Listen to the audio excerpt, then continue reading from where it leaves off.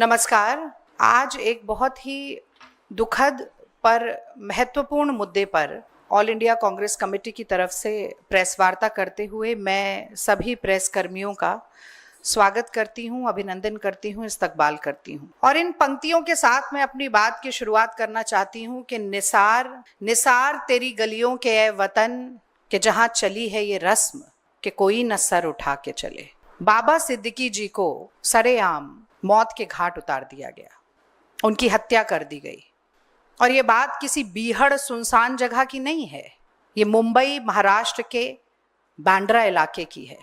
और मैं एक ऐसे व्यक्ति की बात कर रही हूं जो एक बहुचर्चित लोकप्रिय समाज सेवी तो थे ही, साथ में 3 बार के एमएलए और पूर्व मंत्री थे। मैं एक ऐसे व्यक्ति की बात कर रही हूं जो वाई लेवल की सिक्योरिटी प्रोटेक्टेड थे।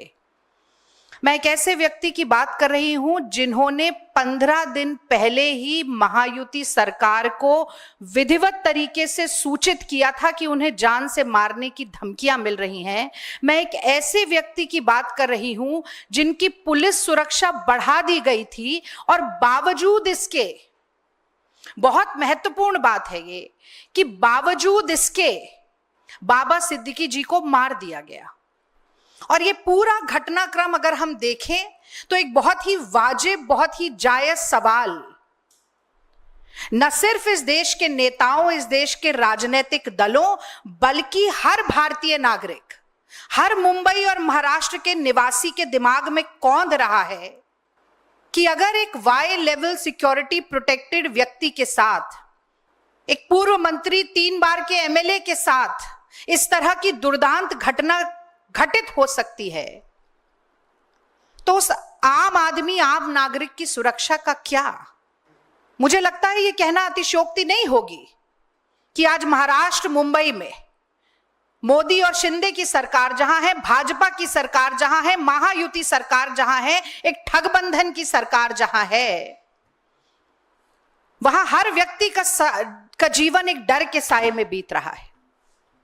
घर और ऑफिस के भीतर डर, तो वो 4 दीवारी लांघते हुए डर, सुनसान राहों पे डर, तो सरेआम भीड़ में डर, रात के सन्नाटे में डर, तो दिन दहाड़े डर। और इस डर की जिम्मेदारी किसकी है?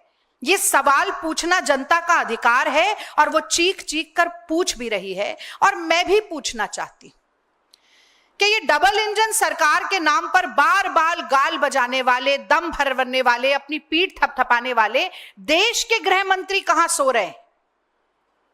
आज उन्हें क्रोनोलॉजी समझ में नहीं आ रही कि एक व्यक्ति कह रहा था कि मुझे जान से मारने की धमकी मिल रही है और उसे मार दिया गया, और आपके मुंह में दही जमा है, आपके होठ से ले एक शब्द नहीं निकल रहा। और मैं एक बात और कहना चाहती हूं, कल विजयदशमी थी, दशहरा था, और हर भारत का निवासी आस्था और संभावना का मेल करके इस बात में विश्वास रखता है कि कल का दिन बुराई पर अच्छाई की जीत का दिन था, अन्याय पर न्याय की जीत का दिन था, असत्य पर सत्य की जीत का दिन था, दुराचार पर सदाचार की जीत का दिन था, और रावण पर राम की जीत का दिन था। और इससे ठीक उलट कैसे अन्याय, अत्याचार, जुल्म, शोषण अपने पांव पसार रहा है महाराष्ट्र में और पूरे देश में, इस बात का प्रत्यक्ष प्रमाण, बहुत दुख है मुझे इस बात का कि विजयदशमी के दिन, दशहरे के दिन न सिर्फ देश ने बल्कि पूरी दुनिया ने देखा। तो गोस्वामी तुलसीदास तो श्री रामचरितमानस में लिख गए थे कि राम राज कैसा होना चाहिए, और ये जो स्वघोषित धर्म के ठेकेदार बनते हैं, जो राम राज की बात करते हैं पर मुंह में राम बगल में छुरी लिए बैठे रहते हैं, इन्हें शायद याद नहीं है। गोस्वामी तुलसीदास ने लिखा है कि दैविक दैहिक भौतिक तापा, राम राज नहीं काहू ही व्यापा, सब नर करहि परस्पर प्रीति, चलहि स्वधर्म निरत श्रुति नीति। और ठीक इसका उल्टा, उलट बांसी, जो हम कहते हैं कि उल्टी गंगा बह रही है, वो हो रहा है महाराष्ट्र में। तो ये कहना अतिशयोक्ति नहीं होगी कि राम राज तो भूल जाइए, घोर जंगल राज और रावण राज है, और इस रावण राज का अंत जनता करने के लिए ठान कर बैठी है। इसीलिए कहीं ना कहीं ये चुनाव की भी तारीखों को टालने का काम कर रहे हैं। और अंत में मैं सिर्फ एक बात और यहां पर जोड़ना चाहती हूं कि जब सरकार खुद अपराधियों की सरपरस्त बन जाती है, हमने देखा किसानों के आंदोलन में, हमने देखा पेपर रद्द पेपर लीक के दौरान नौजवानों के आंदोलन में, हमने देखा कैसे सोनम वांगचुक आ रहे थे तो उनको रोक दिया गया, हमने देखा कि कैसे पहलवान लड़कियों का, पहलवान बेटियों का सम्मान कुचलने का काम किया गया, हमने देखा कि उन्नाव से लेके हाथरस से लेके पूरे देश में छोटी छोटी बच्चियों और महिलाओं की अस्मिता कैसे तार तार होती है, और बार बार मोदी सरकार या तो खुद अपराधी बन के कटघरे में खड़ी होती है या अपराधियों को संरक्षण देने का काम करती है, उनको बचाने का काम करती है। तो जब अपराधियों के साथ ही सरकार खड़ी होगी तो गुनहगारों का हौसला कितना बुलंद होगा और उसके कितने दुर्दांत परिणाम होंगे, इसका भी हमने एक रूप कल देखा है। क्योंकि लगातार प्रशासन का हौसला पस्त हो रहा है और गुनहगारों का इकबाल बढ़ रहा है, इसीलिए इस तरह की वारदातें अंजाम देती हैं। सबसे पहले आदरणीय राहुल गांधी जी ने, कांग्रेस पार्टी के राष्ट्रीय अध्यक्ष मल्लिकार्जुन खड़गे जी ने, जैसा कि आप पीछे ट्वीट्स में भी देख रहे हैं, न सिर्फ निंदा की है, न सिर्फ प्रशासन और सरकार को जिम्मेदार ठहराया है, बल्कि यह भी कहा है कि तफ्तीश होनी चाहिए, निष्पक्ष तफ्तीश होनी चाहिए, न्याय होना चाहिए, नीतिगत तरीके से होना चाहिए। और मैं अपनी बात को ये कहकर समाप्त करना चाहती हूं कि डबल इंजन सरकार है तो डबल जिम्मेदारी भी होती है, न सिर्फ महाराष्ट्र के मुख्यमंत्री की और गृह मंत्री की, बल्कि देश के प्रधानमंत्री और गृह मंत्री की भी। और अगर नैतिकता का लेश मात्र भी आपके अंदर बचा है, अगर आपकी अंतरात्मा जरा सी भी आवाज दे रही है, तो शिंदे जी, फडणवीस जी और अमित शाह जी को इस्तीफा देना चाहिए। और अगर यह इस्तीफा नहीं दिया जाता है, जैसा कि मैं जानती हूं, तो जनता तैयार बैठी है आपकी कुर्सी आपके पांव के नीचे से खींचने के लिए। और महाराष्ट्र में जनता क्या महसूस कर रही है, महाआघाड़ी इस बारे में क्या सोचती है, कांग्रेस पार्टी क्या सोचती है, इसके बारे में आपके समक्ष अपना वक्तव्य रखने के लिए माइनॉरिटी कमेटी के चेयरपर्सन और महाराष्ट्र से राज्यसभा सांसद इमरान प्रतापगढ़ी जी यहाँ मौजूद हैं और आप सभी के समक्ष अपने विचार रखेंगे। अब मैं माइक उन्हें सौंपती हूँ। धन्यवाद रागिनी जी। हमारी सहयोगी रागिनी नायक जी ने अभी विस्तार से कल के घटनाक्रम के बारे में बताया। बाबा सिद्दीकी की हत्या बहुत ही दुखद है। कांग्रेस पार्टी के राष्ट्रीय अध्यक्ष मल्लिकार्जुन खड़गे जी ने, नेता प्रतिपक्ष लोकसभा में आदरणीय राहुल गांधी जी ने ट्वीट करके अपनी संवेदना परिवार के प्रति और एक निष्पक्ष जांच की मांग की है।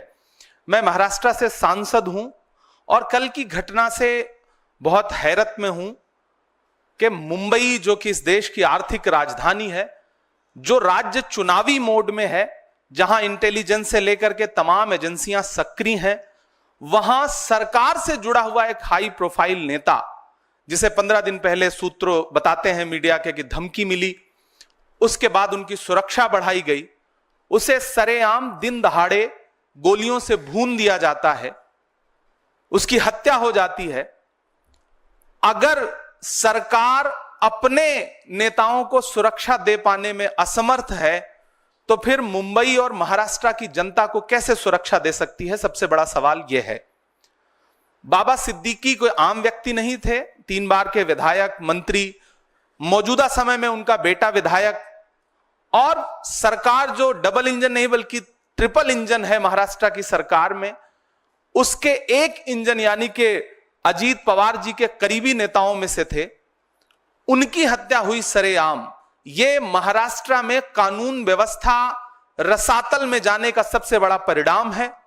इसकी जिम्मेदारी सीधे सीधे भाजपा के देवेंद्र फडणवीस जी की है मुख्यमंत्री जी से ज्यादा गृहमंत्री की जिम्मेदारी है। मैं तो यह कहूंगा गृहमंत्री को आगे बढ़कर के जिम्मेदारी लेनी चाहिए। महाराष्ट्र में कानून व्यवस्था बुरी तरह से विफल है। बदलापुर से बांद्रा तक आप जहां भी देखेंगे महाराष्ट्र में ना तो बच्चियां सुरक्षित हैं, ना बेटियां सुरक्षित हैं, ना व्यवसायी सुरक्षित हैं, ना राजनेता सुरक्षित हैं। महाराष्ट्र पूरी तरह से कानून व्यवस्था के नाम पर कोलैप्स हो चुका है, जिसका जिक्र राहुल गांधी जी ने भी किया है, मल्लिकार्जुन खड़गे जी ने भी किया है। हम कांग्रेस पार्टी की तरफ से एक निष्पक्ष जांच की मांग करते हैं, पारदर्शी जांच की मांग करते हैं, ताकि अलग अलग कहानियों के बजाय जो सच्ची बात है वो निकल करके सामने आ सके और जो इसके दोषी हैं उन्हें सजा मिल सके। बहुत दुखद घटना है। मुंबई और महाराष्ट्र के लोग डरे हुए हैं इस घटना से। लगातार लोग जो फीडबैक दे रहे हैं, जो उनकी सूचनाएं आ रही हैं, फोन कर रहे हैं कि इस घटना ने उन्हें चौंका दिया है। और पुलिस पूरी तरह से, जिस दिन सड़क पर हो, दशहरे का दिन है, त्योहार का दिन है, जिस दिन सुरक्षा व्यवस्था बहुत ज्यादा सड़कों पर होती है, पुलिस के हाथ में पूरी तरह से सुरक्षा व्यवस्था होती है, सजग होती है पुलिस, उस दिन इस तरह की घटना होना, हत्यारे रेकी करते हैं, रेकी करने के बाद हत्या करते हैं, खुलेआम चैलेंज करके हत्या करते हैं। यह सरकार के इकबाल पर गोली चलाई गई है, कानून व्यवस्था के इकबाल पर गोली चलाई गई है और अंततोगत्वा हत्या हो गई। पुलिस रोक पाने में नाकाम रही। तो मुझे लगता है कि महाराष्ट्र के गृह मंत्री को जिम्मेदारी लेनी चाहिए, उन्हें इस्तीफा देना चाहिए। महाराष्ट्र की जनता यह कह रही है और कांग्रेस पार्टी की तरफ से हम यह डिमांड करते हैं कि एक निष्पक्ष कमेटी बनाइए, जांच, जल्द से जल्द जांच रिपोर्ट महाराष्ट्र के सामने, देश के सामने आए, ताकि महाराष्ट्र के लोगों का डर खत्म हो सके। हम इस दुख की घड़ी में जिशान सिद्दीकी जो विधायक हैं महाराष्ट्र असेंबली के, हम उनके प्रति अपनी संवेदना प्रकट करते हैं, बाबा सिद्दीकी के परिवार के प्रति अपनी संवेदना प्रकट करते हैं। एक हाई प्रोफाइल व्यक्ति जो समाजसेवी भी था, जिसे मुंबई पहचानती थी, ऐसे व्यक्ति का मर्डर बहुत ही चिंता का विषय है, बहुत अफसोस का विषय है। हम दुख प्रकट करते हैं। आपके सवाल आमंत्रित हैं अगर सवाल हो तो। जी नहीं, सिर्फ अजीत पवार जी को तो मांग करनी ही चाहिए, वो उनकी पार्टी के एक इंपॉर्टेंट नेता थे, लेकिन देश का हर विपक्षी दल मांग कर रहा है कि डबल इंजन, ट्रिपल इंजन की सरकार कर क्या रही है। सबसे पहला तो हम अजीत पवार जी पे से प्रश्न न पूछ के हम देवेंद्र फडणवीस जी से सवाल पूछे ना, हम शिंदे जी से सवाल पूछे ना कि उनकी पुलिस क्या कर रही है, उनका प्रशासन क्या कर रहा है। हम सवाल को घुमाते क्यों हैं? हमें तो सीधे सीधे महाराष्ट्र की सरकार से, वहां के गृहमंत्री से सवाल पूछना है कि कैसे हत्या हुई, बाकायदा चैलेंज करके हत्या हुई। तो ये तो सीधे सीधे आपकी जिम्मेदारी, आगे बढ़िए, जवाबदेही लीजिए। अजीत पवार जी सवाल पूछे ही पूछे, हम सारे लोग सवाल पूछ रहे हैं, मीडिया भी सवाल पूछे कि अगर जंगल राज ये नहीं है तो फिर जंगल राज किसे कहते हैं।